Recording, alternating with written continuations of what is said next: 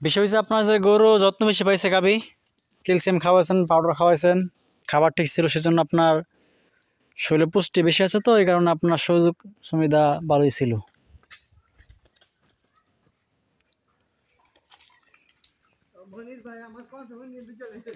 হ্যাঁ, আমি ফোন দিচ্ছেন তো আপনার বলতেছে এটা সেটা, পরে আমি বললাম চিনি নাকি, হ্যাঁ চিনি আমি।